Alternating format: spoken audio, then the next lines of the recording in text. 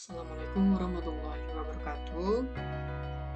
Ya, pada kesempatan kali ini kita akan mereview materi di mana persiapan PAT atau penilaian akhir tahun untuk mata pelajaran matematika wajib kelas 11. Oke, apa saja yang sudah pernah kita pelajari dan harus kita persiapkan untuk menghadapi soal-soal yang akan muncul di PAT nanti. Oke, yang pertama adalah kita harus mempersiapkan diri. Coba untuk mempersiapkan diri dengan cara melakukan review materi, kemudian membiasakan berlatih mengerjakan soal-soal secukupnya, tapi jangan terlalu banyak dan berlebihan, supaya persiapan kamu tidak menjadi sia-sia karena terlalu stres dan bebannya terlalu berat. Oke, yang pertama yang sudah pernah kita pelajari mungkin yaitu barisan dan deret aritmatika, ya. Apa saja kira-kira yang akan muncul di barisan dan deret aritmatika? Mungkin ya, kalian harus menghafalkan rumus, ya, rumus UN, ya, kemudian rumus SN,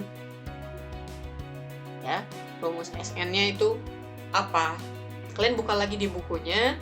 UN untuk barisan aritmatika itu apa? Kemudian rumus SN untuk deret aritmatika itu apa? Ya. Kemudian cari contoh-contoh soalnya, ya. Cari contoh soal beserta penyelesaiannya. Kemudian soal latihannya bisa kalian coba untuk dikerjakan, ya. Cukup seperti itu. Kemudian untuk barisan dan deret geometri. Untuk barisan dan deret geometri, nah ini juga sama. Ada rumus. Rumus apa saja? Rumus UN untuk geometri itu apa untuk barisan geometri? Ya, silahkan dibuka kembali. Kemudian untuk deret geometri, rumus SN-nya itu apa? Lalu cari contoh-contoh soal yang berbicara tentang UN dan SN. Ya. Ini tentang geometrinya. Lalu cari cara penyelesaiannya seperti apa. Pelajari, kemudian pahami, ya. Lalu kalian masuk ke mengerjakan latihan soal. Cari soal-soal yang setipe dengan contoh soal yang kalian dapatkan, ya. Cari contoh latihan soal yang setipe, ya. Setipe dengan contoh soal. Kenapa harus setipe? Supaya kalian tidak kebingungan untuk langkah pengerjaan atau penyelesaiannya. Karena kalian sudah menemukan dan mempelajari dari contoh, ya. Kemudian kalian mencari soal yang setipe di soal latihan atau dari sumber manapun kalian coba cari contoh-contoh soal latihannya, kalian coba kerjakan sendiri. Ya, supaya kalian terbiasa. Seperti itu. Kemudian, bisa saja nanti akan muncul soal tentang aplikasi barisan dan deret dalam kehidupan sehari-hari. Termasuk mungkin pertumbuhan dan peluruhan. Kemudian, ataupun soal-soal bentuk cerita bisa jadi, tapi mungkin tidak akan terlalu banyak. Yang penting kalian pahami dulu konsepnya, konsep barisan dan deret yang digunakan untuk peluruhan dan pertumbuhan. Seperti itu. Ya, silahkan dibuka kembali di catatannya, di buku-buku yang kalian pelajari, dan lain sebagainya. Oke, kemudian ada limit fungsi. Nah, ini masuk ke dalam bidang kalkulus. Limit fungsi kita highlight apa yang harus kita lakukan. Pertama adalah pelajari kembali, ya. Pelajari kembali bagaimana cara menyelesaikan sebuah persoalan terkait dengan nilai limit dari suatu fungsi aljabar. Ini yang paling dasar, yang paling mudah, ya. Ingat, ini yang paling mudah. Dari mana? Yaitu disebut mudah itu dari mananya? Kita menentukan nilai limit dari suatu fungsi aljabar, ya. Ingat bagaimana cara menentukan limit atau mencari nilai limit dari suatu fungsi, pertama kali kita harus melakukan apa? Ingat itu.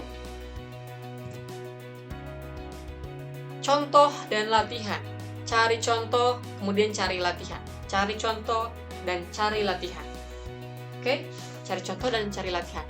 Misalkan seperti ini. Kita menemukan contohnya itu, kita punya tentukan nilai limit dari X mendekati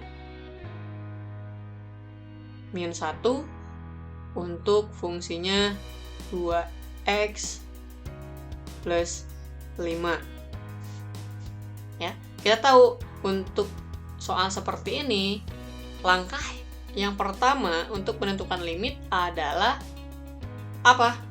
Kita harus coba substitusikan, coba langsung substitusi nilai X yaitu min 1 ke dalam fungsinya. Dengan catatan, hasilnya tidak boleh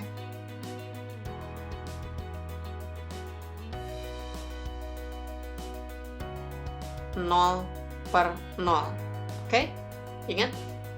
Ini ya, ada syaratnya. Hasilnya tidak boleh 0 per 0.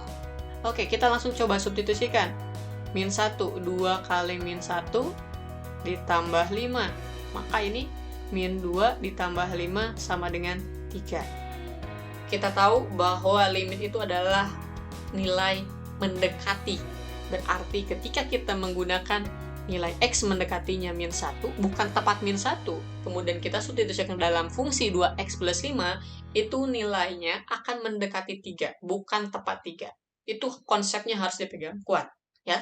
Kemudian kita cari, setelah mencari contoh dan penyelesaiannya, kita cari soal latihannya. Misalkan kita menemukan limit X mendekati 2 untuk fungsinya 2x pangkat 3 tambah 5x kuadrat ditambah 2x ditambah 1.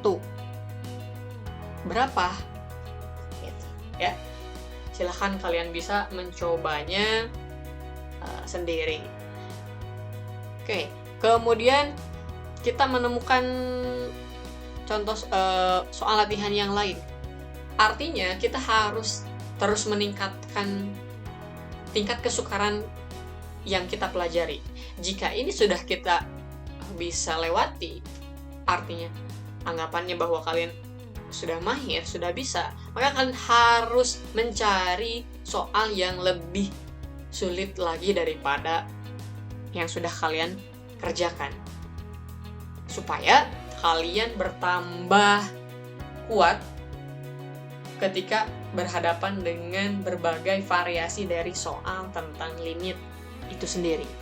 Oke, misalkan di soal yang kedua kalian menemukannya adalah limit X mendekati min 1 untuk fungsinya X pangkat 3 ditambah 1 per 3X plus 3.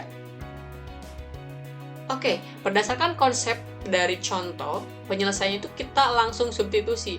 Namun ketika di sini langsung substitusi X mendekati min 1 pangkat 3 itu min 1 tambah 1, 0. Ya. Kemudian min 1 kali 3, min 3 tambah 3 juga 0. Kondisi seperti ini tidak diperbolehkan. Ya, makanya berarti kita harus melakukan suatu perlakuan lain. Berarti langkah yang pertama ini sudah kita lalui, ya. Maka kita harus mencari langkah yang lain seperti apa. Nah, banyak cara penyelesaiannya. Salah satunya mungkin ada di video yang sudah saya buat. Silahkan kalian cek di channel YouTube Aris Mathbox, ya. Kalian cari yang sudah saya jelaskan di sana, ya. Oke. Kemudian, nah ini konsepnya Setelah dipelajari, kemudian dikerjakan, kemudian yang terakhir adalah refleksi atau evaluasi. Kita sudah mempelajari contoh, kemudian kita sudah mempelajari latihan, sudah berhasil mengerjakannya, sudah berhasil. Lalu kalian refleksi dan evaluasi, sudahkah saya paham? Sudahkah saya mengerti? Sudahkah saya bisa mengerjakan?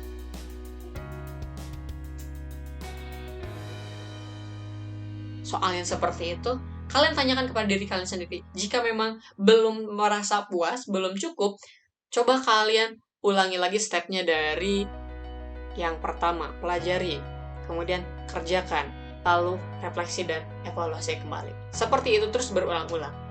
Oke? Selanjutnya, masih di dalam kalkulus, kita berbicara tentang turunan fungsi. Di turunan fungsi itu ada materi yang harus dipelajari. Silahkan bagi yang belum merasa cukup paham dengan turunan fungsi, kalian pelajari.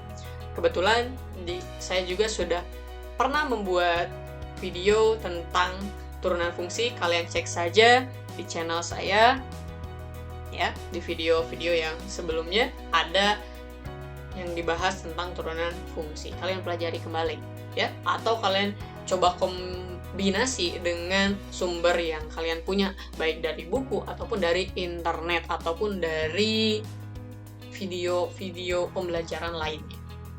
Setelah dipelajari, kemudian sambil dicatat apa yang penting, ya, ini lihat dari sumber yang lain juga, termasuk lihat contohnya, ya, contoh soalnya.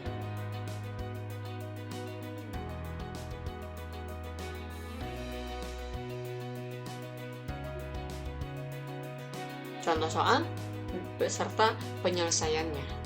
Tapi hati-hati, biasanya penyelesaiannya itu ada step-step yang di skip atau dilewati, ya. Kalian harus pahami step by stepnya seperti apa supaya konsep kalian kuat. Baru setelah itu kalian coba cari soal latihannya dan coba kerjakan, ya. Coba kerjakan seperti itu. Apa saja? Nah, ini ada mungkin sub-sub dari turunan fungsi, yaitu turunan fungsi pertama dari sebuah fungsi, kemudian turunan pangkat dari sebuah fungsi, lalu menentukan persamaan garis singgung suatu kurva, menentukan fungsi naik dan fungsi turun. Oke, yang seperti ini, contohnya apa? Contohnya mungkin gampang, ya. Kita punya fx-nya 3x pangkat 2 ditambah 5x, ya. Maka ini akan menjadi turunan fungsi yang pertamanya dengan notasi f aksen x itu sama dengan 6x ditambah 5. Bagi yang merasa bingung seperti ini didapatkan dari mana, silahkan kalian coba tonton video di sebelumnya tentang turunan fungsi pertama. Kemudian ada turunan pangkat dari sebuah fungsi, ya, turunan pangkat dari sebuah fungsi. Kalian coba lihat di video-video sebelumnya, ada di situ contoh soalnya, ya. Lalu ada menentukan persamaan garis singgung suatu kurva. Ini akan berbicara tentang gradien dari garis singgung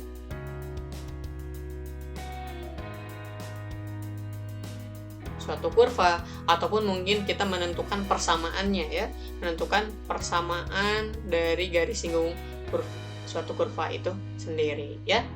Lalu ada fungsi naik, ya, kapan atau syarat dari fungsi naik itu apa, ya. Lalu syarat dari fungsi turun itu apa. Kalian cari contoh soalnya, kemudian coba kerjakan soal latihan yang serupa. Oke, jika sudah terbiasa, sudah yakin, kita lanjutkan dengan yang terakhir. Bahasanya adalah tentang integral. Pelajari dan berlatihlah. Ada integral tak tentu, ada integral pangkat, integral perkalian dengan skalar, integral penjumlahan dan pengurangan, lalu integral substitusi. Ya. Untuk integral tak tentu ini yang paling dasar, Contohnya seperti apa? Contohnya kalian bisa lihat juga di video-video sebelumnya, ya.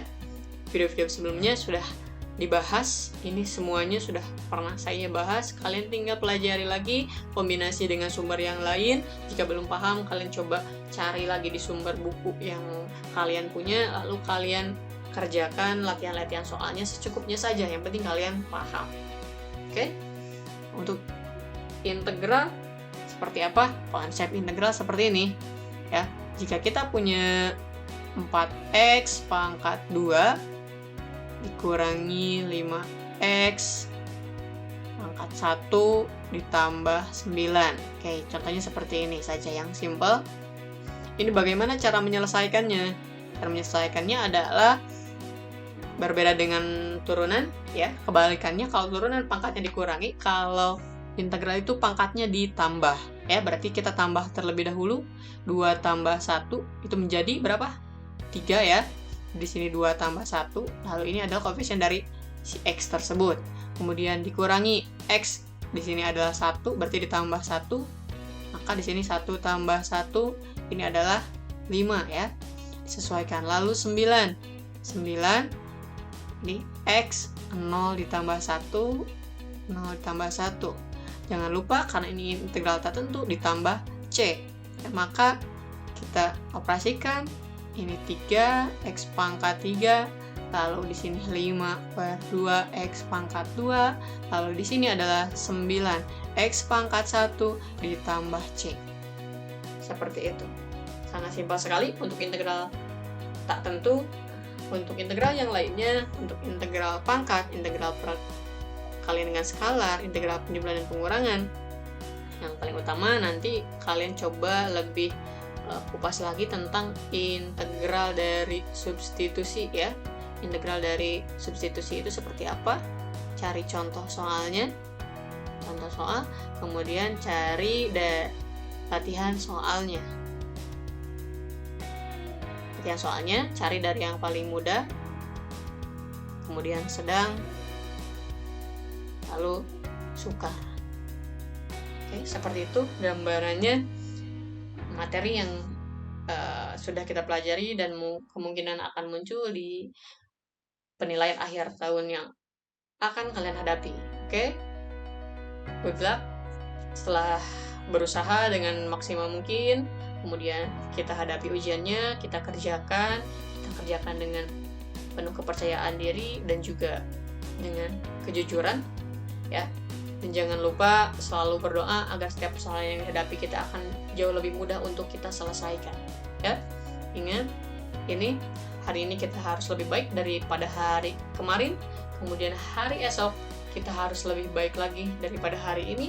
Tetapi ingat, kita belum tentu pasti bisa bertemu dengan hari esok, karena kita tidak ada yang tahu. Jadi manfaatkanlah waktu sebaik mungkin. Selagi masih ada kesempatan, coba pelajari dan jangan lupa untuk berdoa. Terima kasih, mudah-mudahan bermanfaat, mudah-mudahan dilancarkan segala urusan kalian ketika akan menghadapi soal penilaian akhir tahun dan mendapatkan hasil sesuai dengan yang diharapkan. Terima kasih, mohon maaf atas segala kekurangannya. Jangan lupa di like, di komen, dan di subscribe, dan juga di share, ya. Assalamualaikum warahmatullahi wabarakatuh.